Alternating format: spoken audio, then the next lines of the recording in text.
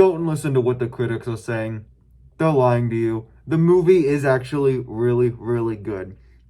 Opinions differ, but yeah, I saw the Five Nights at Freddy's. I saw FNAF 2 last night, and I just want to say I thought it was actually, as the title of the video says, it was amazing. It was amazing. Five Nights at Freddy's 2 was amazing. However, the critics obviously are not liking it. It has, I think, from as the last I checked, an 11% on Rotten Tomatoes, which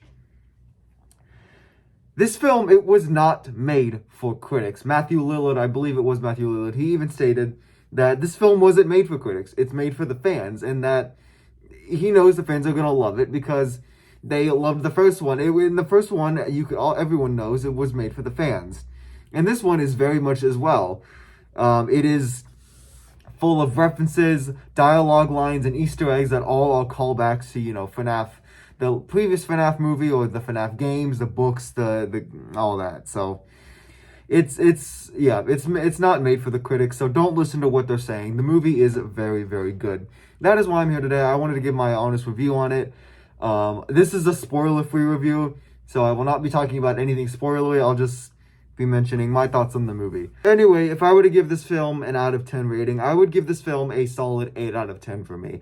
Only reason it's not a 10 out of 10, it's not a perfect film. I'll say that right now. It is not a perfect film. To me, though, it is actually an amazing film. I thought it was very, very good.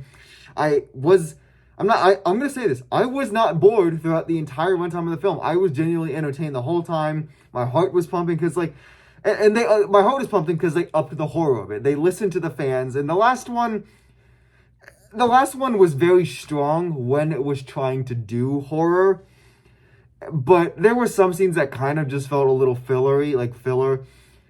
And I guess you can make the argument in this movie there are some scenes that do feel like filler, but they're entertaining. They're actually entertaining when they're on screen. So I was very entertained throughout the entire film. My heart was pumping, like I said, with the horror. They definitely upped the horror. There is more focus on building tension as well as the jump scares. There's a lot more jump scares than there were in the first one, I'll say that. Speaking of the jump scares, the animatronics absolutely look fucking beautiful. Jim Henson's Creature Shop did an amazing job with these animatronics. They look beautiful. They literally look like a copy and paste from the game. They are beautiful.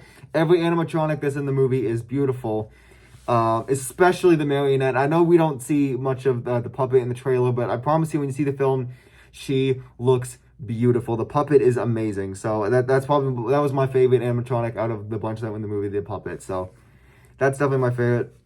On to the complaints. There was two things I didn't like about the film. One of the two things was I'm trying not to touch on the spoilers, but there are some scenes in this movie where the adults in the film, the grown-ups, are just so fucking brain dead and incompetent. And it's not even the main cast, not Mike or Vanessa. I mean, occasionally, that's my second complaint. I'll get to that in a moment. I'm trying not to if you've seen the film, you know what I'm talking about. There is a certain scene where the adults are just so fucking brain dead. It is what sets the whole film in motion.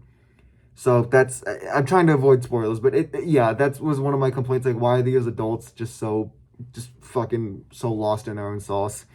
And the second one, like I said, had to deal with Mike and Vanessa occasionally. Not even just them. Some of the characters made really dumb decisions, but they were and I could tell these decisions were I guess to push the plot forward. I could tell the writers maybe didn't know how to move the plot forward, so they just had the characters make a dumb decision. But within the context, it works, and it's also fun in a way. So I'll say it was fun to see their dumb decisions, but I guess that was my only two complaints. That's why it's not a solid 10 out of 10 for me. But 8, yeah, and then again, I don't usually give films a solid 10 out of 10. I've only given that honor to a very few amount of films, so. But yes, it was a very, very good film overall. I will definitely say this. Last one had it. It's not really a spoiler, I guess. Definitely stick around after the credits are over. I'm gonna just say that. Stick around after the credits are over. There's not really much more I can say about this film. It's except the critics are lying to you. Do not believe them when they say it's garbage. Your opinion might differ, but But if you are a fan of FNAF, I guarantee you will love this film. It is amazing, and the cast, they do an amazing job, especially the kid actors. They do. Piper Rubio, who's playing Abby, does an amazing job, and there's a few new kid actors in here and there. They do great selling it.